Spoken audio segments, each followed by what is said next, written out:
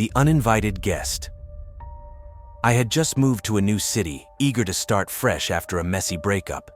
The excitement of new beginnings buzzed in my veins as I settled into my tiny apartment, surrounded by boxes and the scent of fresh paint. My friends convinced me to try a dating app, claiming it was the best way to meet new people. Reluctantly, I downloaded it, swiping through profiles until I stumbled upon Alex. He had a charming smile and a witty bio that made me laugh. We matched, and soon we were chatting like old friends. Our first date was at a cozy little cafe, where we talked for hours, sharing stories and laughter. I felt a spark, a connection I hadn't experienced in a long time. But as our dates continued, I began to notice something unsettling. Alex had a penchant for drinking. He'd order bottle after bottle, laughing loudly, while I sipped my wine, feeling increasingly uncomfortable.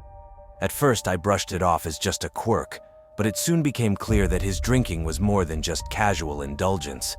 On our fourth date, he was noticeably intoxicated, his laughter turning into slurred speech.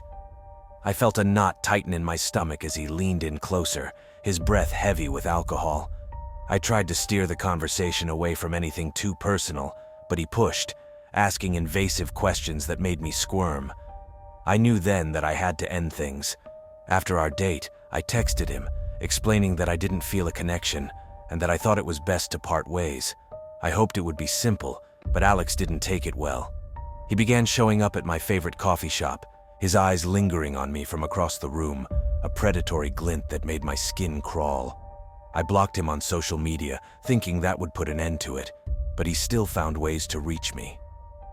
One evening, I returned home from work, exhausted and ready to unwind. As I settled onto my couch, I noticed a bouquet of flowers on my doorstep.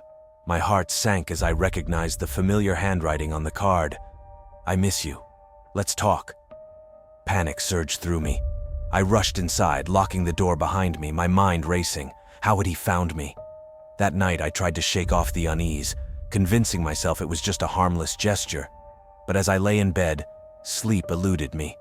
Every creak of the building felt amplified. Every shadow in my room seemed to loom larger.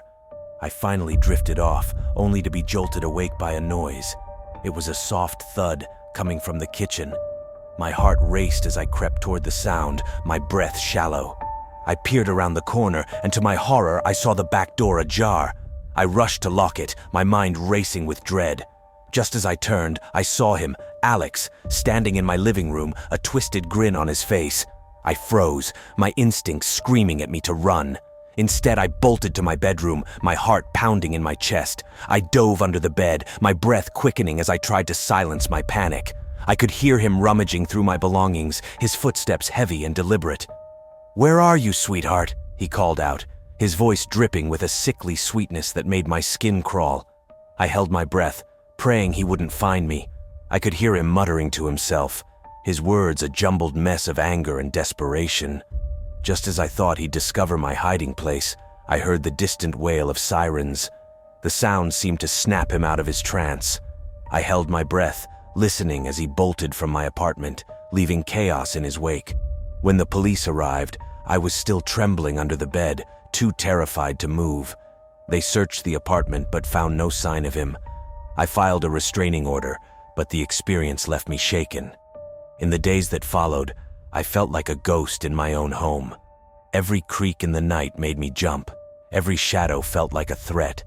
I had moved to escape my past, but it seemed my new life was just a different kind of prison.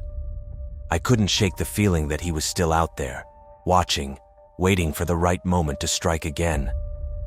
As I sat on my couch, staring at the empty space where the flowers had been, I realized that the fresh start I had hoped for had turned into a nightmare. I was no longer just a woman in a new city. I was a target, haunted by the uninvited guest who refused to let me go.